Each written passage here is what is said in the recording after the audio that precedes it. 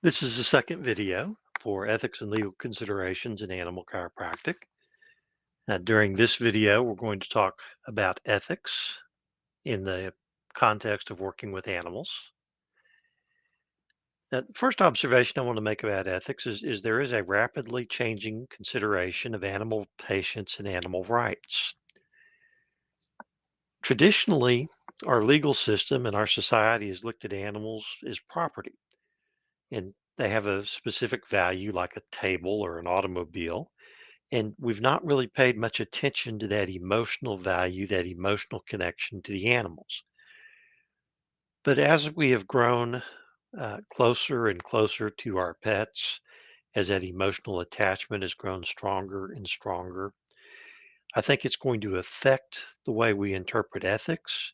I think it's going to affect the way we interpret some of the laws applicable to caring for animals. So, one thing to be aware of is the obligations you have as a animal chiropractor. Certainly, the veterinarians are already familiar with these obligations. Chiropractors should already be familiar with the obligations to the patient, to the profession, and to the public. But you have an extra level of responsibility when you're working with an animal who is different from the owner. The first obligation, of course, is to your client, the owner of the animal. You need to be aware of the interactions with the owner. You need to be uh, uh, considerate and conscious of the way you interact with the owner. Um, you also have an obligation to your peers and to the profession. Yeah, animal chiropractic is a relatively young profession. It's only been around for a reasonably short time compared to some of the other professions that are out there. And because it's a relatively young profession and because it has relatively few practitioners, it doesn't take very many people acting badly to really destroy the reputation of the profession. People will very quickly jump to the conclusion when they hear stories about one animal chiropractor acting badly or taking action that is not in the patient's best interest. And they will quickly jump to the conclusion that that must mean that all animal chiropractic is bad. So it's especially important as a young profession, as a developing and growing profession, to protect the reputation of the profession by being very careful in the care that you provide and in the statements that you make. You also have an obligation to protect public health. As an animal chiropractor, you need to be aware of diseases that animals may carry that may be communicable either to people or to other animals, and to isolate as appropriate and to refer for veterinary care as appropriate. And the fourth obligation is to the animal. Even though the animal is traditionally considered a piece of property, I think ethically you have an obligation to the animal because we have strong emotional attachments to the animals. And even though there may not be a financial damage recovery for pain and suffering, you want to minimize any pain and suffering you may cause to the animal, and you want to provide the best care possible for the animal.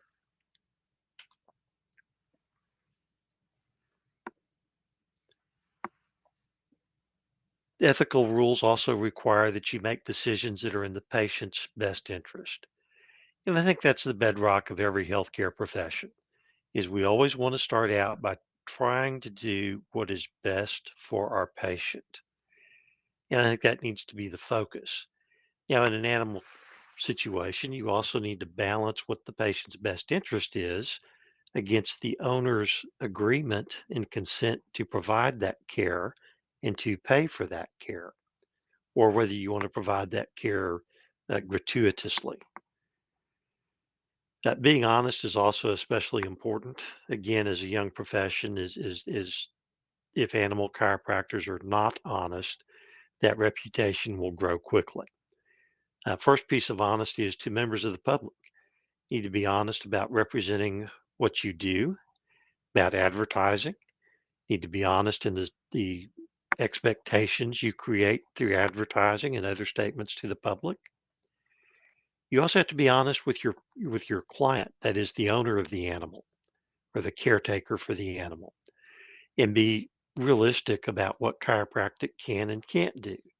Be realistic about whether the animal may need care other than chiropractic care, or in addition or in conjunction with chiropractic care. You also have an obligation to be honest with your colleagues. I think animal chiropractic presents a unique opportunity for a team approach to caring for the animal and getting the best from both worlds, getting the best from the chiropractic world and the best from the veterinary medicine world. And that will, I think, provide for the best care for the animal and the best results for the animal and for the owner. But that works only if the colleagues are honest with each other and are open to each other and are carry on a dialogue about what's best for the animal without trying to put the owner in the middle of the conversation or in the middle between a fight between the two professions. It's important to avoid that turf war where each profession is trying to protect its territory from competition. This is not a matter of competition. This is a matter of doing what's best for the patient. And I think you get that best care when you work together. Think about institutions like the Mayo Clinic, which really engineered the idea of a group of doctors working together for the patient's best interest, not trying to compete against each other against who's going to take care of the patient, but trying to work together to develop the best treatment plan for the patient. It's also important to be honest about your credentials. It's easy to throw around a term like doctor, a title like doctor, and people will make assumptions. If I just identify myself as Dr. Green, I think people will assume that I'm a medical doctor. And chiropractors know that if they just identify themselves as Dr. Green, that will be a misleading situation. And I think if you're working around animals, you have the same situation. If you're working around animals and identify yourself only as a doctor without any further clarification, people will immediately jump to the conclusion that you must be a veterinarian. And that may not be correct. Now, if you are a veterinarian, then it's appropriate to use the term doctor. Now, the Healing Arts Identification Act in Texas, at least, is going to require you to use the initials DVM so that there's no confusion between you and a medical doctor. Um, and same thing with chiropractors. You need to identify yourself clearly as a chiropractor or a DC. You cannot just use the term doctor and leave it ambiguous about what your credentials may be. You also need to be honest about your credentials to provide animal chiropractic care. Have you received any specific training? As a chiropractor, have you received any specific training in working with animals and providing chiropractic care to animals? As a veterinarian, have you received any training in how to provide chiropractic care to animals or chiropractic adjustments? As with any kind of health care, you should only provide care that's necessary, care that is benefiting the patient. And I think one of the benefits of animal chiropractic is you get an honest response from the patient about whether the care is working or not. And I think in most situations, chiropractic care is likely to provide a response very quickly or improvement very quickly. Or if it's not providing improvement after a few treatments, it's probably an indication that it may not be the right treatment or that some adjustments or changes need to be made in the treatment that's being provided. Conflicts of interest should be avoided. We started out with a general principle that your decisions should be made for what's in the best interest of the patient. Conflicts of interest can create an appearance that your decisions are not being made in what's in the best interest for the patient. So recommending supplements or other adjunctive therapies or other products where there is a profit motive, especially a hidden profit motive, is something that I think should be avoided. And if there is a conflict of interest, at a minimum, it needs to be disclosed so that the owner is aware of the conflict of interest and can make an educated decision about what they want to purchase. Confidentiality is required. Generally, it's. I mean, the nice thing if you're a chiropractor is you're no longer subject to the HIPAA regulations when you're working with animals. So it's not as detailed as what the HIPAA regulations are, but you still have an obligation to maintain confidentiality. It's going to vary a little bit from state to state. You need to make sure you are aware of your state's requirements and that you follow those requirements. Uh, Informed consent is also necessary. As we'll talk about later when we talk about informed consent, that this is an educational process. It's about educating the owner about what chiropractic is about, what can chiropractic accomplish, what are the possible risks from chiropractic care, what can go wrong if you pursue chiropractic care, as well as what can go right when you pursue chiropractic care, and what are the alternatives to chiropractic care. And if you explain that to an owner carefully and fairly, then even when a mistake happens or a bad result happens, the owner is not going to be as quick or as likely to file a malpractice claim or to file a complaint with the state board.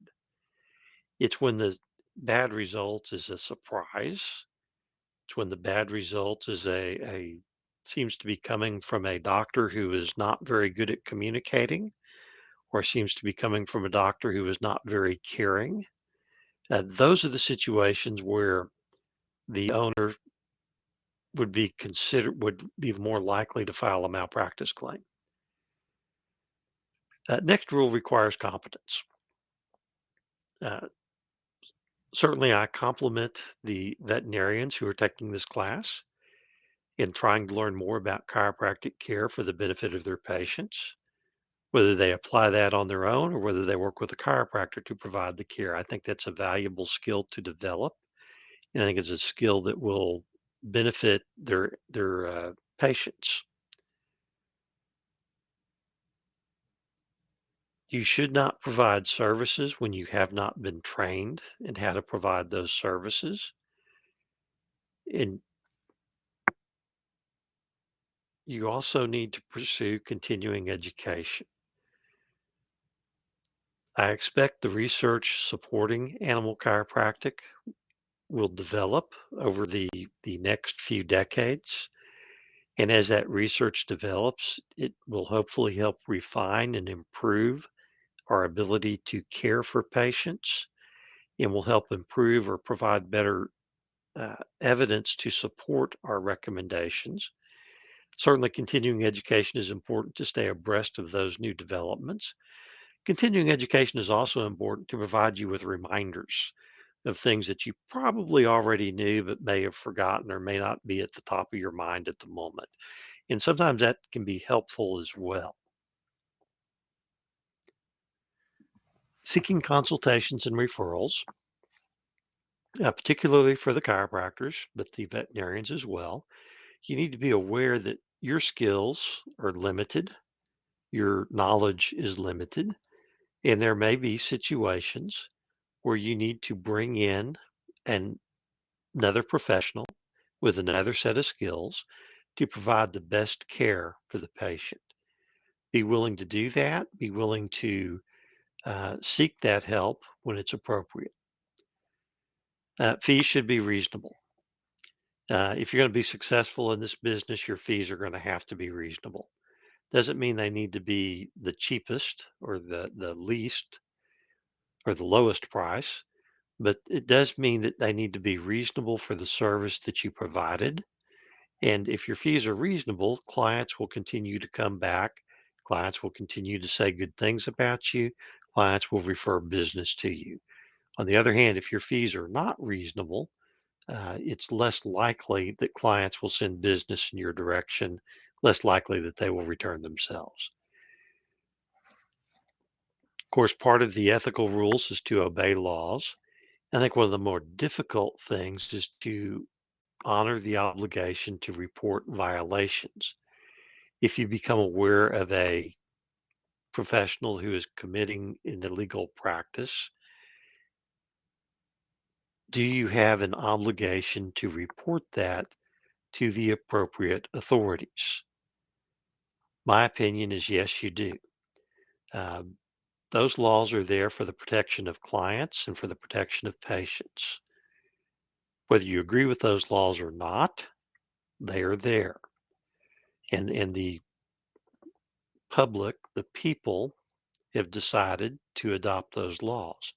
And it really is not for you to second guess what those laws should or should not be. There are ways to try to change it if you think it's inappropriate. But if you are aware of violations of those laws, yes, you should be making reports. Now, making reports does not mean gossiping. Making reports does not mean publishing on social media that somebody is breaking the law. Reporting means reporting to the appropriate authority to investigate and to take whatever action they deem is appropriate. You have the freedom to choose your patients, the freedom to choose your clients. Now, as professionals, this is often very difficult to do. We want to help everybody. We believe we have the skills to help everybody. But I think one of the initial decisions in working with an animal is to decide whether this is an animal that you want to work with, whether this is a client you want to work with. Usually, you're going to be more than happy to work with the animals. It's going to be the clients that'll be the problem. You may have clients who have unrealistic expectations. You may have clients who are going to be difficult to work with. You may have clients who are not going to follow through on care. And if you are aware of those situations and you identify them early on, you may simply turn the patient away. Now, once you've accepted a patient, you should not abandon the patient. You should continue to treat the patient or at least provide enough notice to the client, to the owner of the patient to be able to seek alternative or another source for care for that animal. So those are some very general rules.